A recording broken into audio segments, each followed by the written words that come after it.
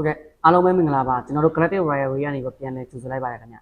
ကျွန်တော်ဒီတစ်ပတ်ပြပြပေးသွားမယ့်အကြောင်းအရာလေးကတော့ inverter battery backup system တက်ဆင်အသုံးပြုထားတဲ့ customer တွေအနေနဲ့ solar တက်ဆင်အသုံးပြုတော့မယ်ဆိုရင်သိထားတဲ့အကြောင်းအရာလေးတွေကိုကျွန်တော်ပြပြပေးသွားမှာဖြစ်ပါတယ်ခင်ဗျဟုတ်ကဲ့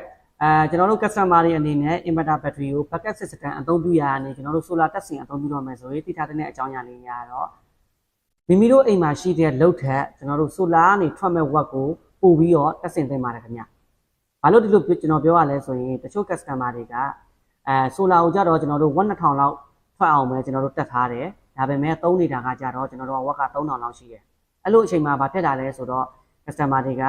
solar လက်တက်ထားတယ်လုံသုံးနေတဲ့အချိန်မှာ battery ကိုအားမဝင်ဘူး battery ကနေပြီးတော့အားပဲရွတ်သွားတယ်ဆိုပြီးတော့ပြန်ပြီးတော့ပြောလာခဲ့ရလေးရှိပါတယ်ခင်ဗျအဲ့ဒါနဲ့ပတ်သက်ပြီးကျွန်တော်ပြောပြချင်တာကတော့ကျွန်တော်တို့ဒီ solar တက်ဆင်အသုံးပြုတော့မယ်ဆိုရင်ကျွန်တော်တို့ solar ကနေပြီးတော့ watt 2000ထွက်မယ်ဆိုရင်မိမိတို့သုံးနေတဲ့လုပ်ကိုဝတ်3000ရှိတယ်ဆိုရင်2000ဆိုလာထုတ်ပေးရဆိုရင်ကျန်တဲ့1000ကိုဘက်ထရီတွေကနေထုတ်ပြီးအသုံးပြုရတာဖြစ်တဲ့အတွက်ဆိုလာတက်ထားပေမဲ့လည်းကျွန်တော်တို့ဘက်ထရီတွေကနေအားလျော့သွားခြင်းဖြစ်ပါတယ်ခင်ဗျအဲ့တော့ customer တွေအနေနဲ့ solar backup system ကနေပြီးတော့ solar တက်ဆင်အသုံးပြုရမယ်ဆိုရင်မိမိတို့က watt 1000 3000သုံးတယ်ဆိုရင်မိမိတို့တက်မဲ့ solar ချက်ကထွက်တဲ့ watt ဒီမိမိတို့သုံးတဲ့ watt ထက်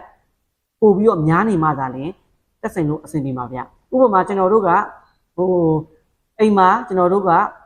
လုတ်3000လောက်သုံးမယ်ဆိုရင် solar နေပြီးတော့ watt 3000ထပ်ပို့ပြီးတော့ထုတ်ပေးနိုင်တဲ့ solar ချက်အရေးအတွက်ကိုတက်ဆင်သင့်ပါတယ်ဗျအဲ့ဒါမှသာလျှင်ကျွန်တော်တို့သုံးတဲ့အခါမှာ